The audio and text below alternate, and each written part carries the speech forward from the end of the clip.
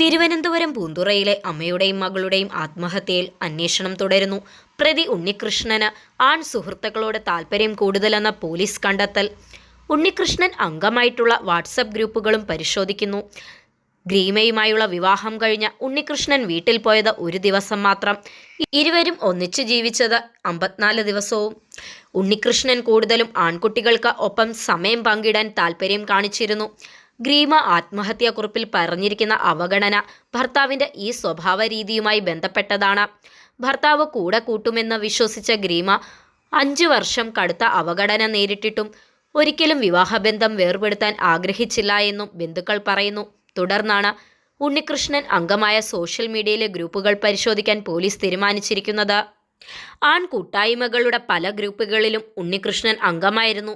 ഉണ്ണികൃഷ്ണന്റെ phone പരിശോധിച്ചതിൽ നിന്നാണ് പോലീസിന് നിർണായക വിവരങ്ങൾ ലഭിച്ചത്. ആണുങ്ങൾക്കൊപ്പമുള്ള യാത്ര പോകാനും സമയം പങ്കിടാനുമാണ് ഉണ്ണികൃഷ്ണൻ താൽപ്പര്യം കാണിച്ചിരുന്നത് എന്നും പോലീസ് കണ്ടെത്തി. മൊബൈൽ ഫോൺ പരിശോധനയിൽ ഇതിന്റെ തെളിവുകൾ ലഭിച്ചു.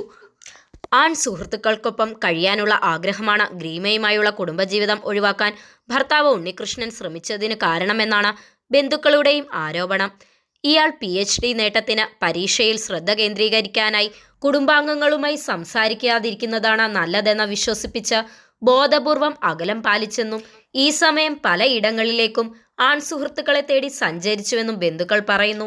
ഭർത്താവിനൊപ്പം വിദേശത്ത് കഴിയാൻ ആഗ്രഹിച്ചിരുന്ന ഗ്രീമ വിവാഹ നിശ്ചയത്തിനു പിന്നാലെ പാസ്പോർട്ട് എടുത്ത് തയ്യാറായിരുന്നു. ഭാര്യാപിതാവിന്റെ മരണവിവരം അറിഞ്ഞിട്ടും വിളിക്കാനുള്ള മനസ്സുപോലും ഉണ്ണികൃഷ്ണൻ കാണിച്ചിരുന്നില്ല. ഗ്രീമയും മാതാവും ജീവനൊടുക്കിയതിന് കാരണം ഗ്രീമയുടെ ഭർത്താവ് ഉണ്ണികൃഷ്ണൻ പരസ്യമായി അപമാനിച്ചതുകൊണ്ടെന്ന് പോലീസ് പറയുന്നു. മരിക്കുന്നതിന് ദിവസങ്ങൾക്കു മുമ്പും ഭർത്താവ് ഉണ്ണികൃഷ്ണൻ പരസ്യമായി അപമാനിച്ചിരുന്നു. നിരന്തരമായി ഭാര്യ കാണാൻ ശ്രമിച്ചപ്പോൾ സമ്മതിച്ചില്ല എന്നും അറസ്റ്റ് റിപ്പോർട്ടിൽ പറയുന്നു.